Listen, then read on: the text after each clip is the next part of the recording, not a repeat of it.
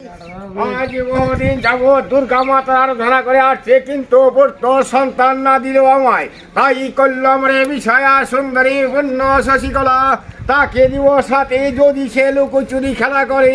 নিন্দা তাতে হবে না কিছু, আসবে সুপুত্র স্বজন। সমাচার মোর সৈন্য শহরণ রাজ উপনীত প্রাসাদ দুয়ারি, কত শত সৈন্য তার নাই গো গণনা। রণ বীরে অন্য কিছু নাই তার কামনা।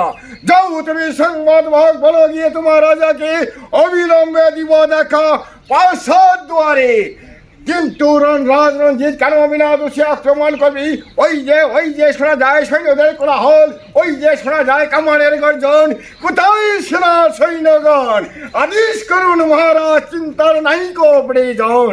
যাও সেনা সৈন্যগণ, প্রাণময় অসীম বিক্রমে করিবে রণ। আজ তোমাদের হাতে আমার মান সম্মান, যাও বিলম্ব করো না।